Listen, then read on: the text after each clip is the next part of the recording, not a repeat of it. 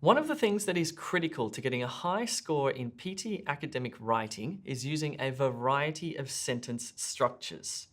If you don't use a wide range, you'll get a low score, even if everything else is perfect, and this will bring down your overall writing score. My name is Jay, and in this lesson, we're going to talk about sentences. I'm going to show you what a sentence is, I'm going to show you the 4 sentence types, and then we're going to look at 5 ways that you can vary your sentences using different sentence starters. Let's get going.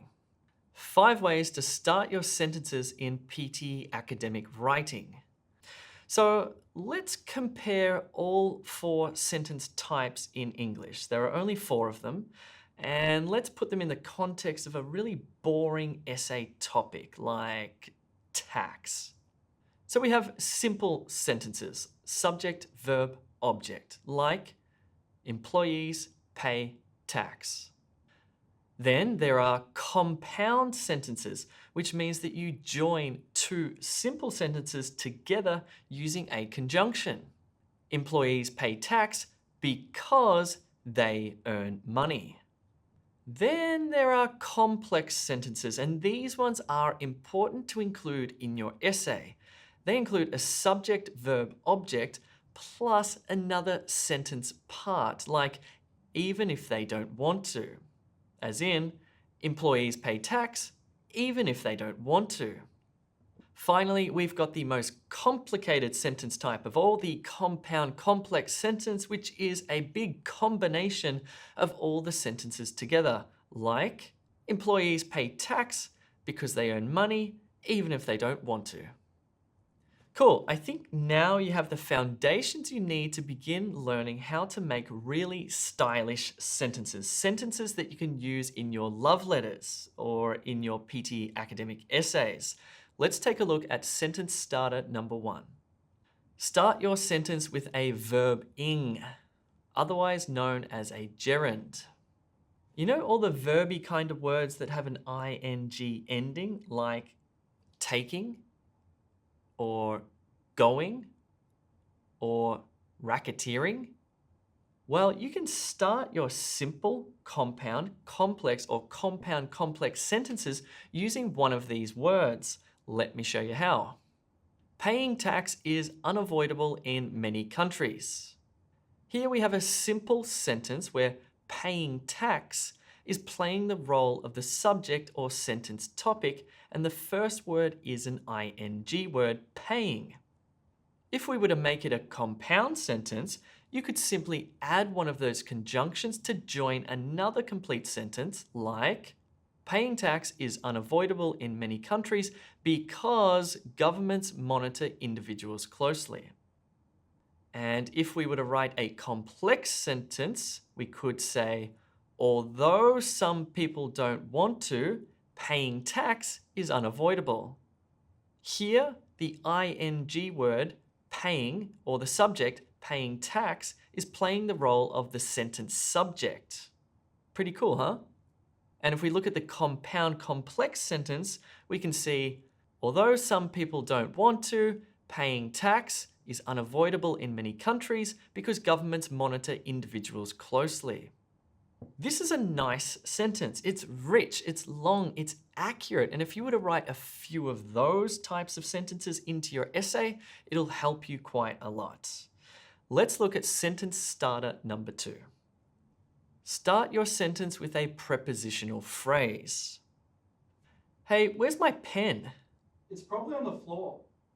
Ah, no, it's not. It's right here in my pocket. Okay, I'm just mucking around, but by prepositional phrase, I'm referring to words like on or in or at or away. You know the ones. So let's look at that simple sentence we wrote before. Paying tax is unavoidable in many countries. See the prepositional phrase in many countries? They always start with a preposition. Let's pick it up and move it to the start of the sentence and pop a little comma after it. In many countries, paying tax is unavoidable. Voila! So we've started a sentence with a prepositional phrase. Pretty neat, hey? and that ing word is still playing the role of the subject or the topic of the sentence. Let's look at another one. Start your sentence with an adverb. Adverbs are those words that usually have an ly ending, like occasionally, or honestly, or luckily. So let's start a sentence about tax using the adverb interestingly. Interestingly, some people believe that everyone should pay the same amount of tax no matter what their income level is. What the adverb has done here is show my opinion about the idea in this sentence. I think what some people believe about tax is interesting. I could also write concerningly or worryingly, etc. Cool, that's adverbs. Now let's look at starting a sentence with a subordinating conjunction. A what, you ask? That's right. Start your sentence with a subordinating conjunction. Subordinating conjunctions is a crazy term for connecting words. Let's take a look at some of them. These words can show comparison, like whereas or whether, or concession, like although or despite, a condition, unless or in case, time, after or before, a reason, because or so that.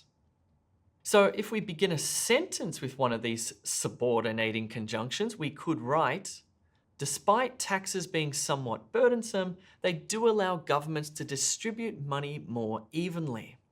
I really do encourage you to practice writing sentences using these subordinating conjunctions, as they immediately create complex sentences which are important for your score. Okay, let's look at one final sentence starter. Start your sentence with a pronoun. So in your essay, you are allowed to use personal pronouns like I, me, or my. You don't want to overdo it, but the essay does want to know your position or your opinion. And to do that, sometimes you must refer to yourself. Here's how you should do it in a sentence. My opinion is that taxes are an essential part of any functional society. That was an easy one. Now, of course, there are many different ways to start sentences, and we just looked at 5 of them. The critical thing to remember on test day is that you need to vary your sentence structures. So you need to start your sentences differently. You need to have a variety of simple, compound, complex, and compound complex sentences. You can even throw in a question or a conditional if sentence if you want. But you also need to make sure your sentences are grammatically accurate, so it's a bit of a balancing act.